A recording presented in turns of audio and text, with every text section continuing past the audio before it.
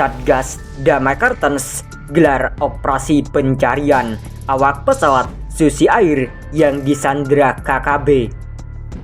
Jakarta, Kapolri Jenderal Listio Sigit Prabowo memastikan bahwa Satgas Operasi Damai Kartens menggelar operasi pencarian terhadap awak pesawat Susi Air yang diduga disandra oleh kelompok kriminal bersenjata KKB. Personel gabungan TNI Polri saat ini terus berupaya melakukan pencarian tersebut terkait dengan perkembangan dari pilot dan penumpang yang diamankan oleh KKB. Saat ini memang sedang dalam pencarian, kata Sigit dalam jumpa pers di Istana Negara yang disiarkan dalam akun YouTube Sekretariat Presiden Jakarta Selasa 7 Februari 2023. Menurut Sigit, hasil pencarian akan segera disampaikan kepada awak media.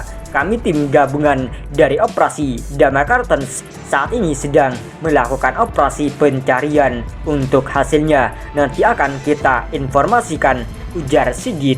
Sebelumnya, Kabid Humas Polda Papua, Kombes Ignatius Beni Adi Prabowo menekankan polisi akan mendalami dugaan KKB juga sempat melakukan penyanderaan terhadap pesawat beserta kru Susi Air tersebut. Tidak menutup kemungkinan pesawat ditahan oleh kelompok kriminal bersenjata KKB, menduga pimpinan Egyanus Kogoya, dikarenakan wilayah itu masuk dalam markas mereka, ujar Ignatius Beni. Lebih dalam, Ignatius Beni menjelaskan, menurut laporan yang diberikan distrik manajer Susi Air wilayah Timika, Jeremy Jordan Rumi, pesawat yang dipiloti Philips Max Martin warga berkembang saat Selandia Baru itu membawa 5 penumpang dan take off dari Bandara Moses Kilangin, Kabupaten Mimika menuju Bandara Paru, Distrik Paru, Kabupaten Nduga. Pukul 06.17 WIT, pesawat Susi Air landing di Bandara Paru, Kabupaten Nduga. Namun hingga sampai saat ini pukul 09.15 WIT, pesawat belum juga kembali dari Distrik Paru, Kabupaten Nduga ke Timika, katanya.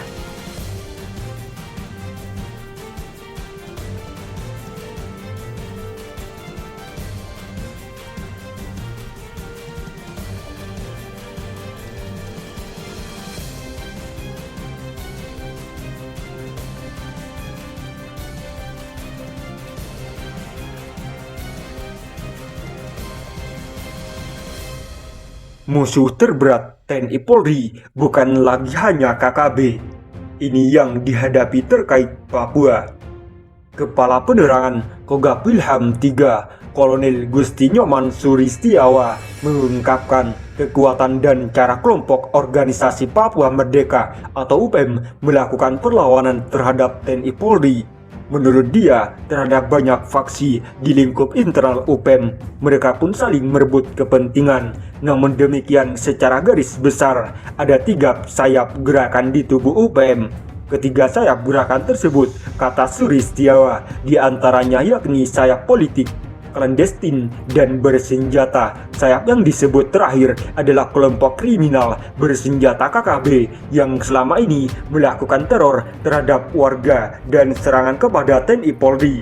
Di internal mereka terdapat banyak faksi dan saling merebut kepentingan, kata Sulistiawa melalui keterangan resminya pada Senin.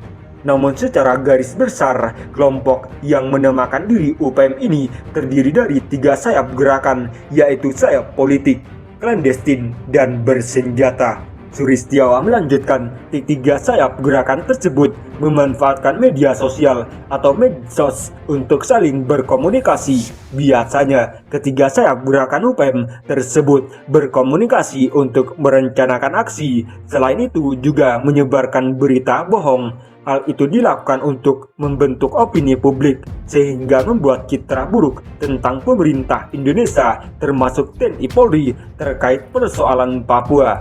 3 sayap gerakan ini memanfaatkan medsos untuk saling berkomunikasi, merencanakan aksi, dan menyebarkan berita bohong, ucap Sulistiawa. membentuk opini buruk memang cara mereka untuk menyudutkan pemerintah Indonesia termasuk TNI Polri terkait masalah Papua melalui berbagai platform medsos. Dalam praktiknya, Sulistiawa menjelaskan grup mereka di medsos sering memberitakan bahwa mereka berhasil menembak mati puluhan TNI Polri, termasuk menyebutkan waktu dan tempat kejadian. Dalam menyebarkan informasi ini dilakukan agar seolah-olah aksi yang mereka lakukan benar-benar terjadi. Mereka di medsos sering memberitakan berhasil menembak mati puluhan TNI Polri dengan menyebut waktu dan tempat tertentu agar seolah-olah benar terjadi, padahal berita tersebut bohong, ujarnya. Lebih lanjut, Sulistiawa menyatakan bahwa yang dihadapi pihak TNI Polri saat ini bukan lagi hanya dari kelompok kriminal bersenjata KKB saja, melainkan juga kelompok clandestine. Kelompok ini, kata Sulistiawa, berada di dalam maupun luar negeri. Selain itu, profesi kelompok ini bisa apa saja. Jadi yang dihadapi bukan hanya sekelompok separatis bersenjata KSB yang ada di gunung-gunung saja, kata Sulistiawa, tetapi juga politik dalam dan luar negeri dan kelompok clandestine yang bisa berprofesi apapun.